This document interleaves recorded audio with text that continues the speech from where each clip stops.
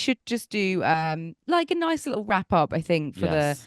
the championships. It's our first ever Grand Slam as kind of, I guess, media accredited journos, producing daily episodes from on the site for most of the time.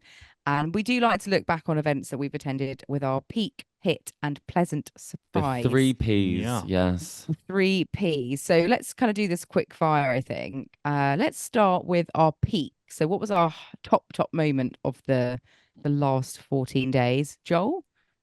Well, there can only be one for me, and it was asking Andy Murray's final question in Yes. press at Wimbledon after the doubles he had with Jamie Murray.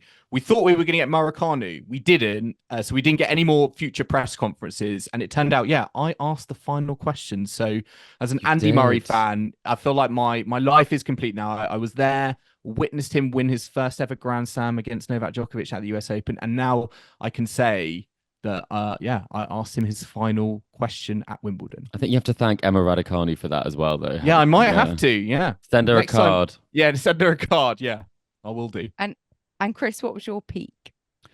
I was going to say a Sloane Stephens press conference, but I thought that probably would be a bit too Hang predictable. on, not Caroline Wozniacki at 11 p.m. During the Yeah. first week. I think as good as that was, the fact that the Danes who went along actually just exposed how bad my Danish is as a Copenhagen resident. I actually found that to be quite humbling. But I'm going to go Fair from enough. a tennis perspective. I'm going to go set one of Tommy Paul, Carlos Alcaraz, an Ooh, hour and yeah. 13. I thought it was exceptional tennis. And for me, that was that's why you want to be at the slams up close watching it, because I mean that was some serious tennis. Oh, fantastic. Yeah, I mean, in terms of the tennis, I would say Alcaraz's performance today, just another Yeah. level to anything, Mm. we've seen in a long time. But I think just for me, might sound cliche, but just I think being behind the scenes, seeing how it Yeah, works, the broadcasting. media Hang side on, of things. Kim, I thought media catering was going to be a shoe-in for your answer. Yeah, the catering was great, I have to say. I was very impressed. And the nice little gift they give you as well from Very Wimbledon. So nice. thank you. Everyone was super nice. Yeah, I'm thank really you impressed to with all of the everyone who helped. Wimbledon Yeah. staff as well. This is our like acceptance, like winner's speech Yeah, now. you always have a go at me for this, Kim. You're like, and anyone else you want to thank? You didn't win anything, Chris. Yeah. Yeah. And what about our pit? So our not so nice moments. Chris, I'm coming to you first. I did not like the injuries. I really didn't like it. I think it's really kind of put a bit of a cloud Too over many. the tournament at times, especially, yeah, exactly, at the times they happened. Her catch in that situation. I mean, De Minaur hearing it sort of pop, a crack in his hip at that point, and then not being able to play against Djokovic. I just think we've had too many of them.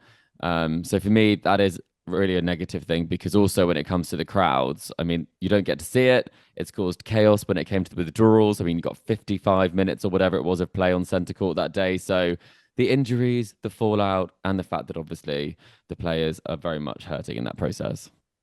Yeah. I mean, I put my pit as all the rain, Oh, which, yeah. didn't help. Was it But not I very felt nice under the roof, Kim? No, I mean it's great that we have two roofs. Yes. But it was just, Joel, your too comment much. about it being a casino in Vegas. Yeah, there were just several days. It was like roof on, days on end. I felt like I feel was like just watching Wimbledon. indoor season is like the winter. We're in the summer. Mm, Yeah, the weather's not been festive and summery, so I think that's a bit of a negative.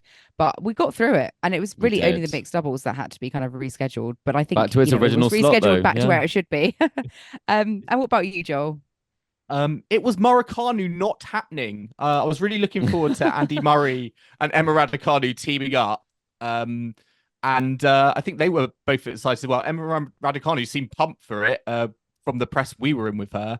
But yeah, the fact that that didn't happen and probably is never going to happen. I mean, I maybe don't it think could there's happen. going to be another invite. Let's No, be it's not going to happen honest. in the mixed double. Sorry, it's not going to happen at the Olympics because she's not playing it. So No. yeah, so that was sort of my But then pick. you wouldn't have got your peaks. That's quite a good pick That is then. true. Yeah. Very true. Yeah. Double-edged sword. And what about our pleasant surprises? Joel, let's come to you first. I'm just going to say generally that the British performances that we've had across the fortnight have been exceptional. And to be honest, Mhm. across the grass court season, there's been seasons in the past. I always remember just sort of growing up and hearing all the wild cards we would give to British players and then hear them all kind of go out in round one. And it feels like this year, wildcards have been vindicated. We've had excellent performances. Jacob Fernley, for example, against Novak Djokovic, Alfie Hewitt, Emma Raducanu getting to round 4. It's been pattern, yes, across the board. So I'm going to say Brits having a great time at the event. Yeah, I'd gone for Henry Patton as a complete kind of outside surprise. We're going to win the men's doubles, brilliant stuff. And also, I think I said her for Roland Garros, but Jasmine Paolini, to back up the final that she got to at Roland Garros and like go that. all the way here almost, Yeah. and reach the final, Yeah. just from nowhere on the grass a year ago to finalist. Yeah, I just thought I can't not say her. And what about you, Chris? Well, she is always a pleasant surprise, isn't she? My grandmother loves her. I think she's just a wonderful character, and I think she really has won over the nation and all of our hearts. But mine has to be Joel keeping it together in that press conference, because when I came the top of the media balcony, I thought there's no way that Joel will be able to put it together for this press conference, because that was a man and his feelings. So Joel, very pleasantly surprised that you managed to pull that one off. Chris, I'm actually Emotional stuff. I'm actually welling up a little bit at the moment. Oh my God, stop it. You're live on video, listeners. Joel.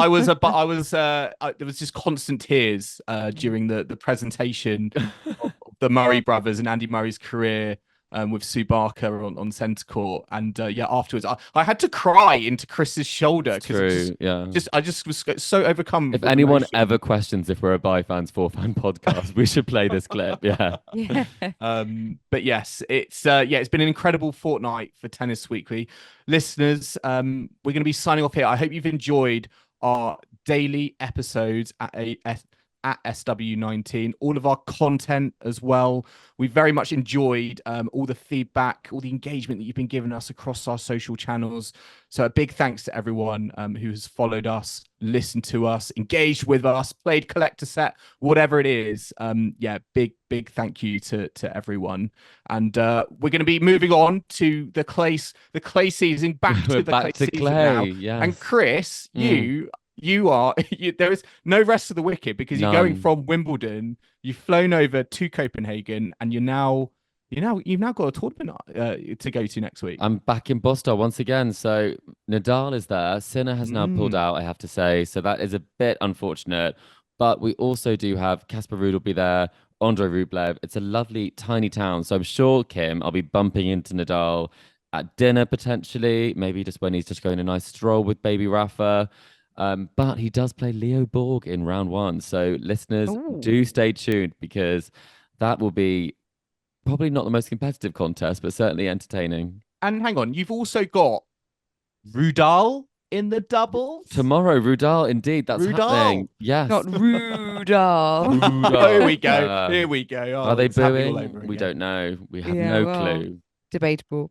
Oh, enjoy though, Chris. I'm really excited to see everything that you're going to bring us from Bostar. I've just about worked out how to say Bostar. Yeah. You can tell I was scared of saying it, so I just said that tournament next week. Chris, over to you. Yes, he's going the to Nordea Sweden. Open. Yes, the Nordea Open, much safer.